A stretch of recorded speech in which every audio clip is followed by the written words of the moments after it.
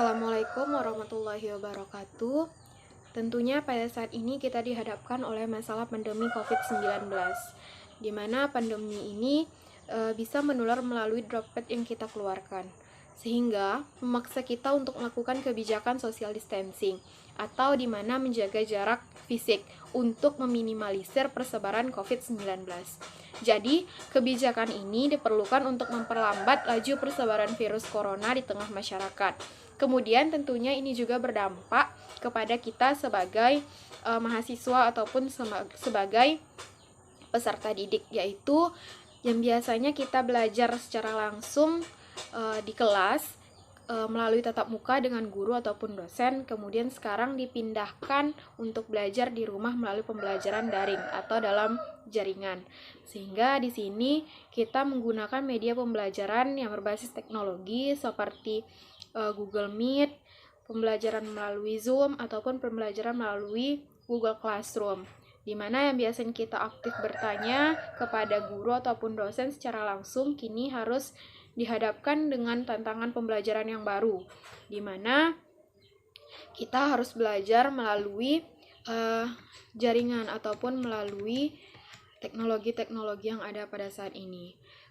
Semua negara hampir terdampak dari COVID-19 ini, kemudian berupaya untuk membuat kebijakan terbaiknya dalam menjaga kelanggengan layanan pendidikan. Indonesia juga menghadapi beberapa tantangan yang harus segera dicarikan solusinya, seperti yang kita hadapi saat ini, yaitu ketimpangan teknologi antara sekolah di kota besar dan di daerah. Mungkin teknologi di kota besar seperti misalnya di ibu kota itu tuh lebih bagus daripada di daerah, sehingga ini terjadi ketimpangan. Bisa jadi di kota semua pembelajaran daring itu terlaksana dengan baik, tapi di daerah tentunya ini bisa menjadi kebalikannya, karena tentunya dari daerah itu tersebut tentunya ada beberapa daerah yang terisolir, seperti jaringan internetnya yang kadang kurang memadai, ataupun tentunya masyarakat di daerah itu banyak yang memiliki ekonomi yang rendah ke bawah, sehingga tentunya memiliki smartphone ataupun teknologi itu masih dirasa jarang seperti itu. Tentunya hal ini tidak merata pendidikan kita pada saat ini, sehingga harus dicarikan solusi yang baik bagaimana pemerataan antara pendidikan di daerah dan juga di pusat kota, sehingga yang merasakan pendidikan di masa pandemi ini tidak hanya yang tinggal di kota besar saja, tetapi yang di daerah juga harus merasakan pendidikan, karena pendidikan itu adalah hak dari seluruh warga negara. Kemudian keterbatasan kompetensi guru dalam pemanfaatan aplikasi pembelajaran. Jika seorang guru itu atau dosen itu tidak begitu paham dengan aplikasi yang digunakannya, bagaimana ia bisa menjelaskannya secara baik, bagaimana ia bisa memanfaatkan teknologi itu secara baik, sedangkan ia sendiri tidak mengerti bagaimana penggunaan teknologi tersebut, sehingga ini tentunya dapat berdampak kepada peserta didik ataupun mahasiswa yang diajarkannya, sehingga proses pembelajaran itu tidak berlangsung secara efektif. Hal yang dikarenakan karena kita tidak paham akan teknologi tersebut, sehingga tentunya seiring berjalannya waktu kita harus sama-sama untuk memperdalam penggunaan teknologi kita, atau memperbaik penggunaan teknologi kita di masa pandemi saat ini. Karena mau tidak mau kita harus dihadapkan dengan teknologi, dengan bekerja dari rumah, belajar dari rumah, sehingga mau tidak mau kita harus paham akan teknologi itu. Kemudian keterbatasan sumber daya untuk pemanfaatan teknologi pendidikan seperti internet dan kuota. Tentunya kita sebagai pelajar tentunya membutuhkan kuota. Kuota adalah senjata utama kita dalam belajar untuk saat ini. Tentunya kalau misalnya kita pakai Zoom tiap hari, pakai Google Meet tiap hari, tentunya itu banyak memakan kuota, apalagi yang mengharuskan kita untuk on cam, sehingga tentunya hal ini juga akan menjadi masalah, apalagi tidak selamanya kita bisa membeli paket internet yang mungkin hampir jadi tidak mungkin kita harus membeli paket internet yang cepat sekali habis atau memakan banyak data gitu, memakan banyak paket, sehingga kita harus bisa memanfaatkan paket internet. Hal ini tentunya kita harus bisa memanfaatkan kuota yang kita miliki dengan meminimalisir penggunaan akses kita kepada internet, seperti hal yang tidak mungkin ataupun hal yang tidak perlu kita buka, seperti contohnya kita mau nonton atau segala macam, itu tuh harus diminimalisir, sehingga penggunaan kuota internet kita hanya kita gunakan untuk media pembelajaran saja. Kemudian relasi guru, murid, orang tua dalam pembelajaran daring yang belum integral, yaitu guru itu atau dosen itu hanya tahu kita melalui layar kaca ataupun melalui media digital, sehingga kayak cuman tahu, oh ini loh, cuman kayak tahu wajah aja, tapi tidak tahu bagaimana keseharian kita. Kalau kita bertemu langsung ataupun belajar secara tatap muka, hal itu tentunya akan membuat hubungan kita dengan guru ataupun dengan dosen itu menjadi baik atau lebih menjadi erat gitu, sehingga hal ini tentunya berdampak kepada keakraban kita terhadap tenaga pendidik seperti guru atau dosen, sehingga hal ini tentunya akan membuat proses belajar mengajar itu berjalan dengan baik. Dan juga pembelakuan kebijakan physical distancing yang kemudian menjadi dasar pembelajaran dari rumah dengan pemanfaatan teknologi informasi yang berlaku secara tiba-tiba tentunya membuat kita, pendidik dan siswa kaget, termasuk orang tua, bahkan semua orang yang berada dari rumah. Pembelajaran daring yang berlangsung sebagai kejutan dari pandemi COVID-19 membuat kaget hampir di semua aspek, dari kabupaten, kota, provinsi, pusat, bahkan dunia internasional. Kemudian secara teknis dan sistem belum semuanya siap dalam pembelajaran daring ini. Selama ini pembelajaran online hanya sebagai konsep, sebagai perangkat teknis, dan belum sebagai cara berpikir, sebagai paradigma pembelajaran. Padahal pembelajaran online bukan metode untuk mengubah belajar tatap muka dengan aplikasi digital, bukan pula membebani siswa dengan tugas yang bertumpuk setiap harinya. Tentunya di masa pandemi ini kita harus menjaga kekebalan tubuh. Apabila kita banyak melakukan tugas ataupun membuat kita stres, itu dapat mempengaruhi kekebalan tubuh kita. Tentunya kita harus bisa untuk mengatur waktu agar bisa tetap menjaga kesehatan tubuh kita dan menjaga kekebalan tubuh kita di era pandemi saat ini. Lebih dan kurang saya mohon maaf. Wabillahi taufiq wal hidayah. Wassalamualaikum warahmatullahi wabarakatuh.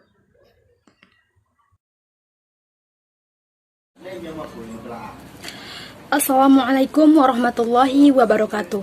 Hidup mahasiswa, hidup rakyat Indonesia, hidup perempuan Indonesia. Perkenalkan, nama saya Putri Harmadani dari Program Studi Pendidikan Guru Sekolah Dasar Fakultas Keguruan dan Ilmu Pendidikan Universitas Riau 2021. Di sini, saya akan beropini tentang problem kuliah daring. Istilah daring pasti sudah tidak asing lagi di telinga kita, bukan? Ya, daring adalah dalam jaringan. Istilah ini muncul ketika awal 2020. Pasti kita semua telah tahu. Tiba-tiba dunia dilanda oleh suatu pandemi yang sangat meresahkan dan membuat cemas semua orang. Pandemi ini bernama COVID-19. Indonesia, khususnya kota Pekanbaru, tentu merasakan dampak dari COVID-19 ini, yang mana tatanan kehidupan yang awalnya berjalan normal kini menjadi berubah-ubah akibat dari COVID-19 ini. Semua aktivitas yang biasa kita lakukan di luar rumah, semuanya menjadi berubah. Semuanya harus kita lakukan di dalam rumah. Kita tidak bisa lagi keluar rumah secara leluasa seperti dulu. Begitu juga dengan dunia perkuliahan, dunia pendidikan. Sebagai seorang mahasiswa, saya merasakan bahwa perkuliahan secara daring itu sangat-sangat tidak enak. Sangat-sangat membuat mahasiswa kurang mengerti akan materi perkuliahan yang diajarkan oleh dosen-dosennya. Berikut ini saya uraikan apa saja sih problem atau masalah yang dihadapi oleh mahasiswa selama perkuliahan daring ini. Yang pertama itu adalah sulitnya mahasiswa untuk memahami materi yang diberikan oleh dosen. Terkadang gini, kita dalam perkuliahan secara online ini tentu selalu berhadapan dengan yang namanya jaringan. Semua itu tergantung dari jaringan. Apabila jaringan bagus, maka hal yang disampaikan oleh dosen itu tentu akan lancar ke kita. Tapi apabila jaringan tidak mendukung, maka hal yang disampaikan oleh dosen itu akan tersendat atau terputus sehingga kita menerjemahkannya berlainan maknanya. Tentunya masalah jaringan ini sangat membuat mahasiswa khususnya itu sangat-sangat resah, sangat-sangat terganggu. Banyak sekali orang yang terkadang sangat marah karena jaringan tersebut. Dan ada juga dosen yang dia tidak menerima alasan mahasiswa yang terkendala tidak bisa masuk kelasnya karena alasan jaringan tersebut. Sungguh sangat kasihan. Yang selanjutnya, fasilitas yang tidak memadai.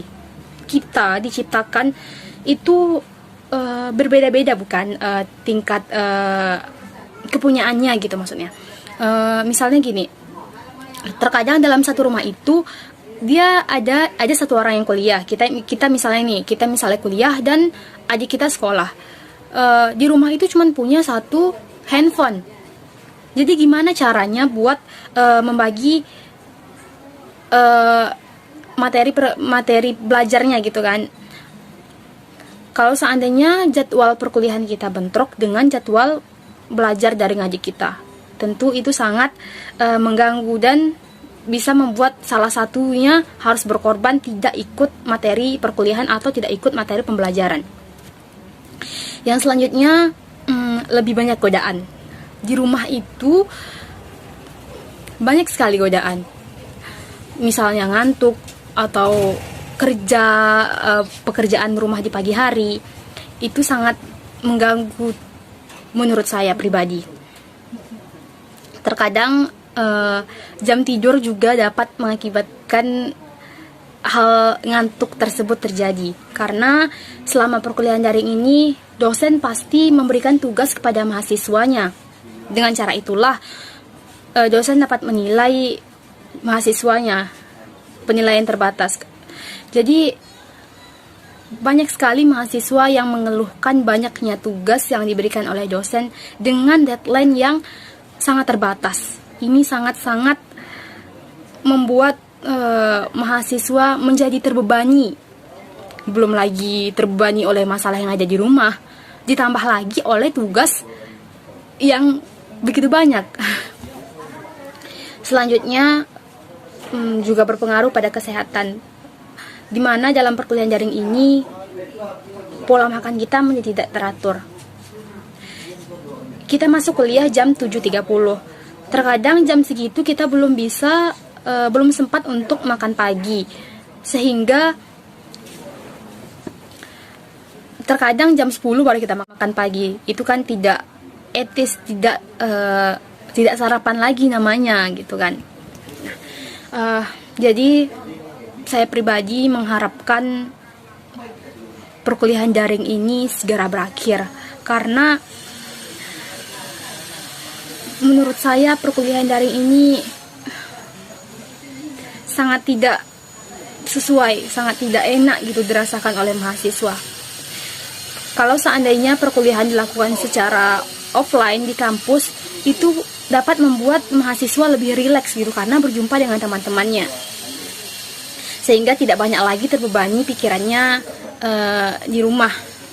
Jadi saya harapkan semoga perkuliahan daring ini cepat berakhir dan mahasiswa dapat belajar ke kampus kembali. Terima kasih, itu yang dapat saya sampaikan. Lebih dan kurang saya mohon maaf. Assalamualaikum warahmatullahi wabarakatuh.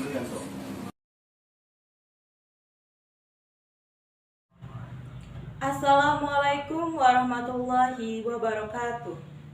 Hidup mahasiswa, salam pendidikan, jayalah. saya Evi Rismawati dari kelas B PGSD 2021. Baiklah, di sini saya akan menyampaikan tentang problem kuliah daring. Pandemi COVID-19 telah mengubah semua sendi kehidupan. Semua aktivitas dilakukan secara online karena adanya larangan keluar rumah guna memutus rantai penyebaran virus yang telah menelan banyak korban. Pandemi COVID-19 membawa masalah dalam berbagai sektor, utamanya pendidikan. Sektor pendidikan meninggalkan banyak masalah dan problematika, utamanya dari sisi pembelajaran, baik siswa sekolah, bahkan dihadapi mahasiswa di bangku perkuliahan. Konsep pendidikan berubah. Tadinya proses belajar mengajar dilakukan secara tatap muka, namun sekarang menggunakan berbagai aplikasi jejaring sosial.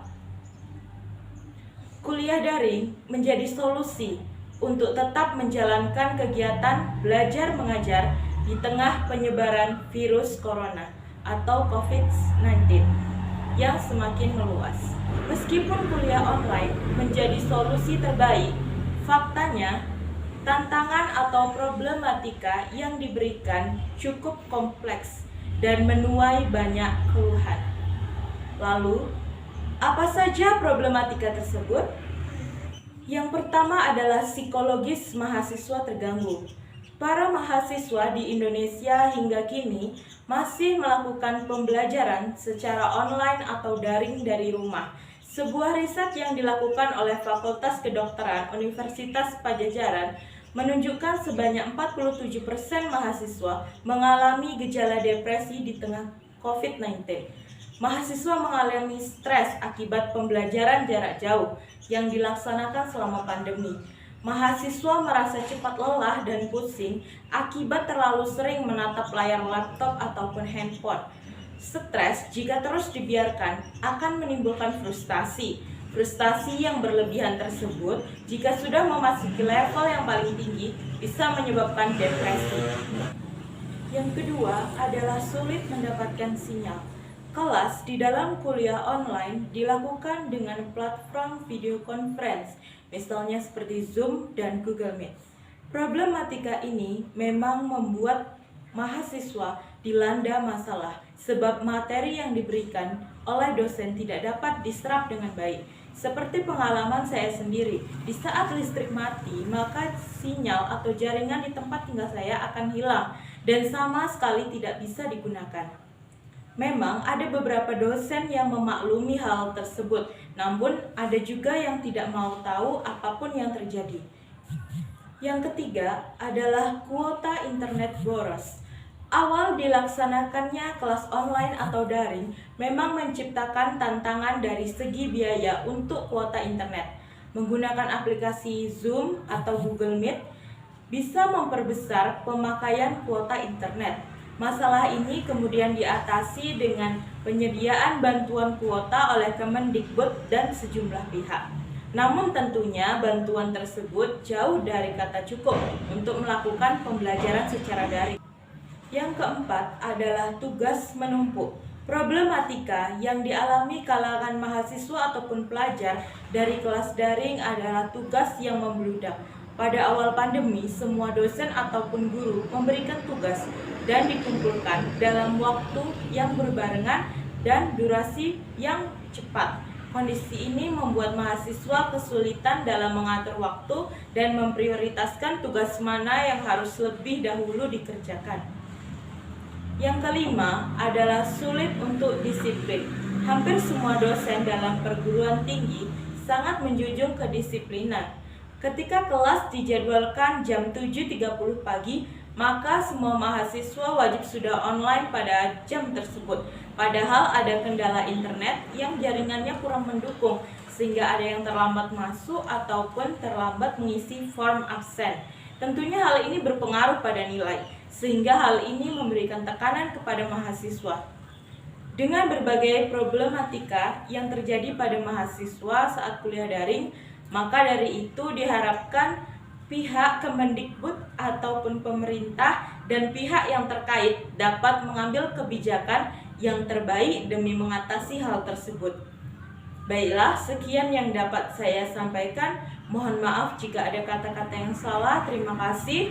Wassalamualaikum warahmatullahi wabarakatuh. Baiklah, perkenalkan, nama saya Angelina Septiana Siagian dari kelas PGSDB angkatan 2021. Jadi di sini saya akan memberikan pendapat saya tentang problem kuliah daring. Adapun sistem pembelajaran kuliah daring itu memanfaatkan akses internet sebagai media pembelajaran, bisa dalam bentuk modul, rekaman video, atau rekaman audio yang diberikan oleh pihak dosen kepada seluruh mahasiswa pada saat proses pembelajaran kuliah online. Banyak di luar sana teman-teman yang bertanya, apakah kuliah online itu efektif? Menurut saya sendiri, kuliah online itu belum berjalan efektif karena tidak meratanya akses dan kecepatan internet, apalagi sistem pembelajaran daring membutuhkan kuota yang cukup banyak. Adapun kendala yang sering dihadapi mahasiswa pada saat kuliah daring ataupun kuliah online itu tentunya sangat beragam dan sangat banyak ya teman-teman. Contohnya itu koneksi jaringan internet. Ada beberapa mahasiswa yang tinggal di kota-kota kecil yang dimana koneksi internet di sana itu tidak stabil. Terus kondisi lingkungan yang kurang kondusif. Terus perangkat mahasiswa bisa dalam handphone ataupun laptop yang sering nge-lag karena tingginya frekuensi pemakaian. Terus kuota internet yang tidak memadai, dan masih banyak lainnya. Banyak juga teman-teman yang tidak memiliki kuota internet berlebih ataupun banyak ketersediaannya untuk kuliah online. Nah, itu juga menjadi salah satu kendala dalam pembelajaran kuliah online ini menurut. Adapun tantangan mahasiswa dalam menjalani kuliah online ini menurut saya sendiri, karena saya sudah merasakannya. Yang pertama itu tugas yang menumpuk. Nah, dulu itu pernah satu minggu full itu tugas di kelas saya itu menumpuk dan sebenarnya lelah ya untuk mengerjain itu setiap hari, tidak ada waktu istirahat. Namun tidak ada yang bisa dilakukan karena itu sudah menjadi tugas dan tanggung jawab kita sebagai mahasiswa untuk mengerjakan tugas-tugas yang diberikan oleh dosen kepada kita. Yang kedua itu susah sinyal. Nah, tadi saya bilang juga ada beberapa teman-teman yang tinggal di kota kecil yang dimana di sana itu sinyalnya itu lemah atau sinyalnya itu kadang hilang timbul. Terus kuota internet boros. Nah, teman-teman juga tahu ya pemakaian Zoom itu sangat boros tentunya, ataupun juga Google Meet. Itu akan menjadi salah satu tantangan yang akan kita hadapi apabila kuliah online ini. Lalu sulit untuk disiplin.